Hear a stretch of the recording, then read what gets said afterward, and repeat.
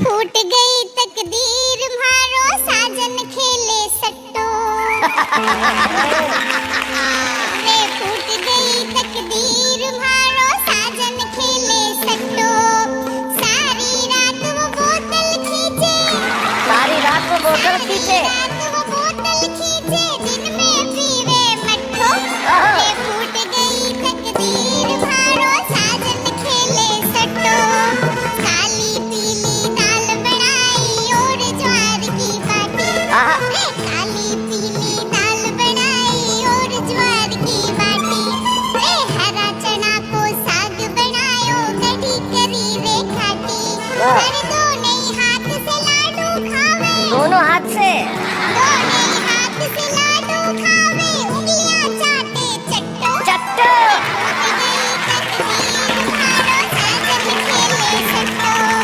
खेता खेता काम करूं वो घर में बैठो रे वे। अरे छोरा छोरी शोर मचावे फिर भी लेट्यो रे वे। अरे 1.5 साल में दो बच्चा, 1.5 साल में दो बच्चा, खानदान पे बट्टो। फूट गई तकदीर मारो साजन खेले सट्टो। और साहब रे चढ़ तो जो बन देख मुछल्ला अखियां हैं जब गावे। अरे यो कायर भरतार पलंग का नीचे ही छुप जावे। अरे मैं समझी बंदूक थी पर यो निकलियो देसी कट्टो। रे फूट गई तकदीर मारो साजन खेले सट्टो। और आखिरी बंद पढ़ती हूँ। सुबह अपनी पत्नी से बिछड़ते हैं तो सारा दिन उसे पहचानते ही नहीं है कि ये अपनी वही वाली है। तो उसके अंदर की पीड़ा का बंद देखिए कि वो क्या कहना चाहती है। रे सास ननंद से छुप के दिन में मारे पास न आवे। रे सो थकी मांदी जब रात में जौन मारी खावे। जब मैं आंख दिखाऊं तो फिर पाँव दबावे पट्ठो। रे फूट गई तकदीर मारो साजन खेले सट्टो। सारी रात वो बोतल खींचे, दिन में पीवे मट्ठो। भाई अनीता जी, आपने बगैर कुछ कहे शकील साहब को बहुत कुछ कह दिया।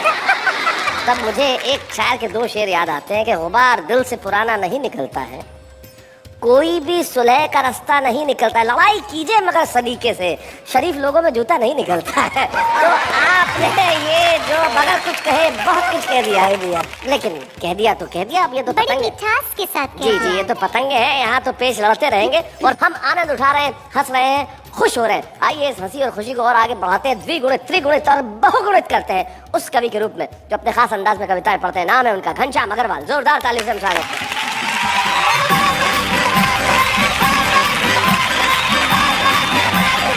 आप सबको प्रणाम करता हूँ। एक सच्चा व्यंग्यकार किसी के बाप को नहीं छोड़ता और व्यंग लिखने पे आ जाए तो अपने आप को नहीं छोड़ता। क्या बात है, वाह वाह वाह, बहुत। कवियों में बड़ी एक कमजोरी होती है, श्रोता मिला के कविता पेल दे। ढूंढते रहते हम श्रोता, जहाँ मिले कविता सुना दे। और उसके लिए हम कई उपाय काम में लाते हैं। एक कवि ने तो एक बच्चा चुराया, अच्छा, और फिर पत्र भिजवाया, आपका बच्चा हमारे पास सकुशल कैद है। बच्चे की रिहाई के लिए आज रात मेरी कविता सुनने कवि सम्मेलन में आना पड़ेगा। बहुत अच्छे। कवि सम्मेलन के बाद बच्चा घर लौटा देंगे। खबरदार, जो पुलिस की मदद ली तो बच्चे को 40 कविता सुना देंगे। श्रोता तलाशते रहते हैं। वाह, वाह, अभी मकर संक्रांति पे तो हमारे कवि मित्र अपने पतंग पे मुक्तक लगा के उड़ाता है, किसके बाप की ताकत ने काटने का। एक दो ने उसकी पतंग काटी, मुक्तक पड़ा, पतंगबाजी छोड़ दी। और यह रचना मैं आपको सुना रहा हूँ, कवि नियोजन, और यह रचना मैं शैलेश जी को समर्पित कर रहा हूँ जी। जब आदमी का दिमाग आधा खराब हो जाता तब वो कविता लिखता है, और दिमाग पूरा खराब हो जाता तब वो कवि सम्मेलन भराता है। उस दिन हमारे ऑफिस में परिवार नियोजन सप्ताह मनाने की बातें चालू थी। अचानक मेरा दिमाग जो हमेशा आधा खराब रहता है उस दिन पूरा हो गया। मेरे से मुंह से निकला एक कवि सम्मेलन रख लो। ऑफिसर बोले पैसे बहुत लगते हैं तो मैं बोला लोकल कवि सम्मेलन रख लो। हाँ। बेचारे लोकल कवि तो चाय पीकर ही कविता सुना दे। साहब मैंने दूसरे दिन अखबार में छपा दिया कि आज 9 बजे परिवार नियोजन का कवि सम्मेलन होने वाला है। वाह। मैं समझा कि हजारों की संख्या में पब्लिक आएंगी तो परिवार नियोजन का प्रचार होएगा, मुझे प्रमोशन मिलेगा। पर वहाँ सिर्फ 200-250 आदमी आए थे।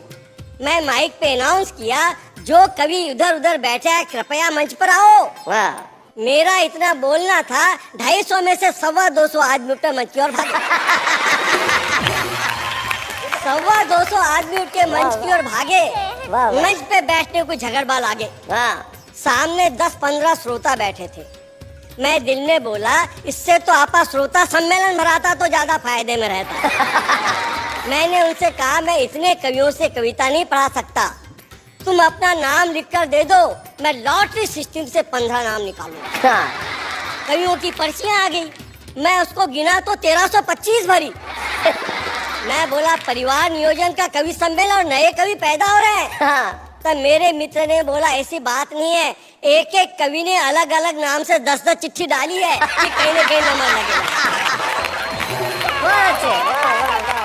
जब मैंने 15 नाम निकाले तो वो कवि तो खुश होके भांगड़ा डांस करने लगे। हाँ। बाकी का कवि मेरा गला पकड़ लिया। बोले तुमने बुलाया है तो कम से कम तुमको तो सुनना ही पड़ेगा। हाँ।